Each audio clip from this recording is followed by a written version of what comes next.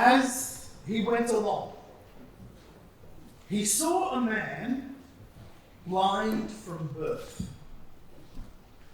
His disciples asked him, Rabbi, who sinned, this man or his parents, that he was born blind?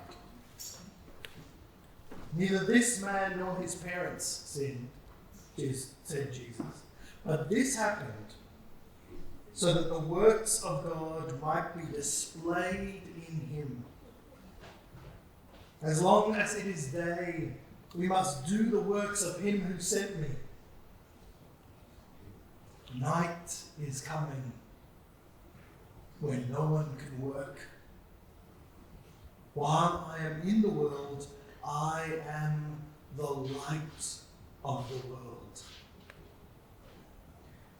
After saying this, he spit on the ground, made some mud with the saliva, and put it on the man's eyes. Go, he told him, wash in the pool of Siloam. This word means sent. So the man went and washed and came home seeing. His neighbours and those who had formerly seen him begging asked, "Isn't this the same man who used to sit and beg?" Some claimed that he was. Others said, No, he only looks like the man. But he himself insisted, I am the man. How then were your eyes opened? They asked. He replied, the man they called Jesus made some mud and put it on my eyes. He said to go to Siloam and wash. So I went and washed, and then I could see. Where is this man? They asked him. I don't know. And they brought him to the Pharisees. They brought to the Pharisees the man who had been blind. Now the day on which Jesus had made the mud and opened the man's eyes was a Sabbath. Therefore the Pharisees also asked him how he had received his sight. He put mud on my eyes, the man replied, and I washed, and now I see. Some of the Pharisees said, this man is not from God, for he does not keep the Sabbath. But others asked, how can a sinner perform such signs? So they were divided. Then they turned again to the blind man. What have you to say about him? It was your eyes he opened.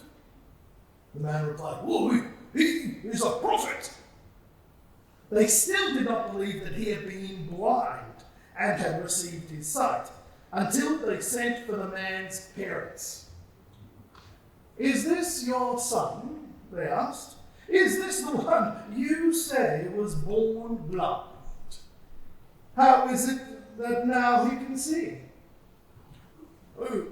We know he is our son, the parents answered, and we know he was born blind, but how he can now see or who opened his eyes, we don't know.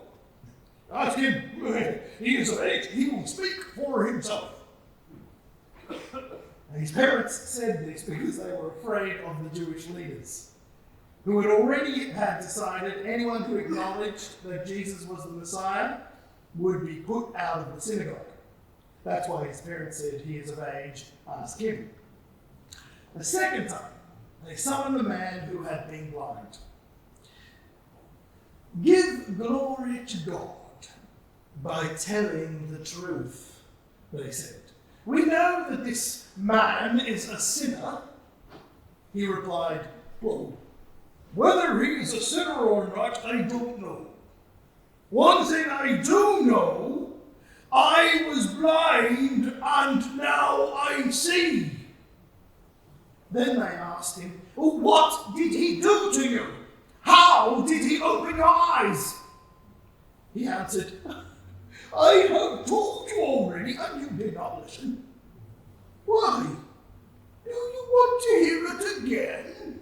Do you want to become his disciples too? Then they hurled insults at him and said, You are this fellow's disciple. We are disciples of Moses. We know that God spoke to Moses. But as for this fellow, we don't even know where he comes from.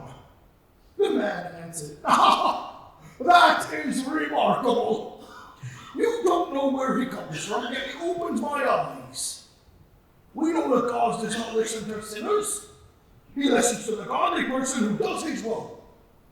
Nobody's ever heard of a opening the eyes of a man born blind. If this man were not from God, he could do nothing. To this they replied, You were steeped in sin at birth. How dare you lecture us? And they threw him out.